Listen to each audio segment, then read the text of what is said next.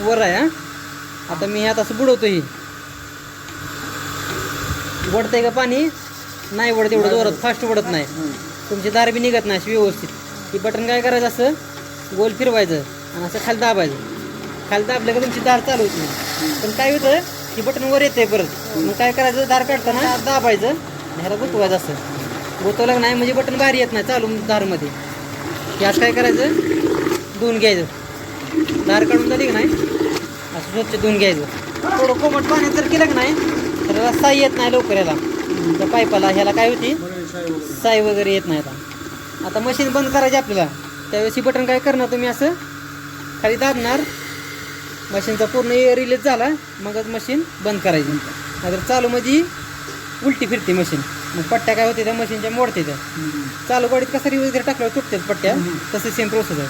आता आपल्याला मशीन बंद करायची आहे. या बरं मशीन बंद करून द्या. बंद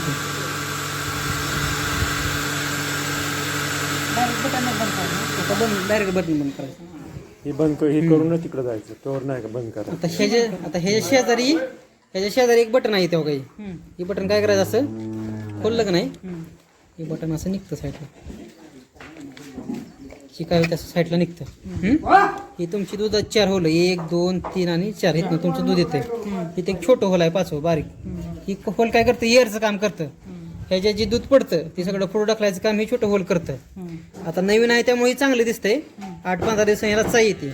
साई आली की समजा ही होल समजा तुमचं असं मुजलं साईनं, तरी दूध काय होतं, ह्यातल्या ह्यातच पिळत असं वाटेल, असं बादलीत जात नाही पुढं. मग काय करायचं, सुई घ्यायची.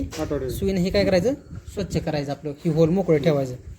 ही मोकळं ठेवलं का मग दूध ऑटोमॅटिकली पुढे जाते. ह्याला जर साई आली तर काय करणार, दात घासायचं ब्रशने हे काय करायचं, असं स्वच्छ करून घ्यायचं. ह्याला जरी साई आली तर काय करणार, ब्रशनं स्वच्छ करून घ्यायचं. हे रिंग अशी निघती साईडला. ह्याला जर साई आली तर लगेच धुवून घ्यायची. रिंग परत काय करायची, व्यवस्थित लावायची.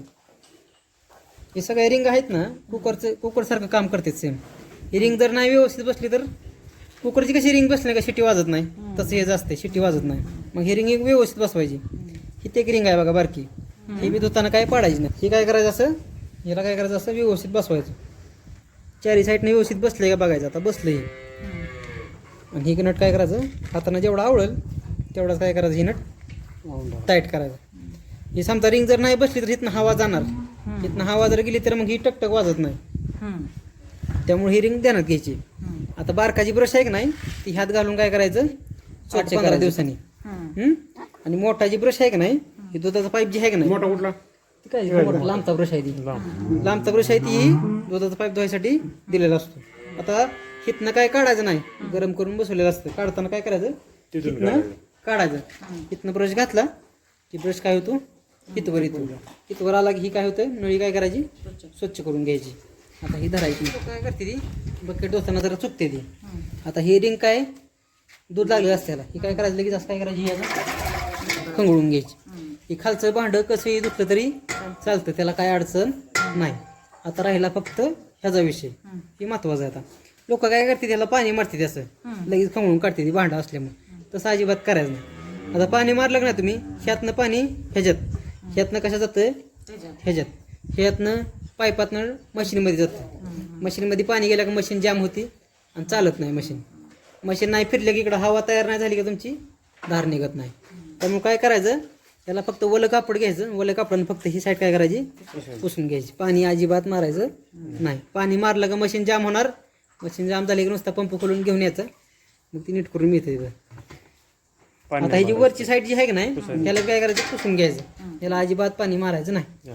आता ही टकटक जी वाजतं का नाही, ह्याच्यात काही बिरिंग नाही, त्याला काही ऑइल पाण्याची गरज अजिबात नाही. नाहीतर बंद पडलं का नाही, बरेच लोक खोलते ती, कुठं ग्रीस कर कुठं ऑइल कर, मग ती काय होतं, खराब होतं पल्सेटर. ह्याच्या रबरा फक्त चेंज केला का नाही, ती चालू होतं कुठं. आता दुसऱ्या दिवशी ज्यावेळेस तुम्हाला धार काढायची असेल त्यावेळेस काय करायचं, ही ह्याला इथं लावायची व्यवस्थित.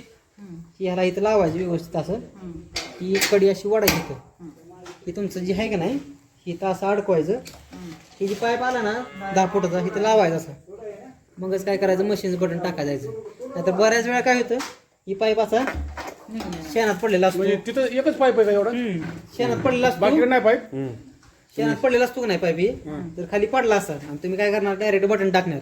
बटन टाकलं की काय करणार, सगळे शेण बिन ओढून घेणार तुम्ही इथे येऊस तर डायरेक्ट सगळं कशात जाणार ती मशीन मशीनमध्ये जाणार. त्यामुळे ह्या पाईपाची काळजी घ्यायची. काय करायचं फक्त ही सगळी अशी असेंब्ली करायची बकेटची पूर्णपणे अशी, आणि मगच काय करायचं नंतर मशीन चालू करायची. त्यावर नाही काय करायचं. तर वर करायची नाही आता. हा पिंपत ओके कर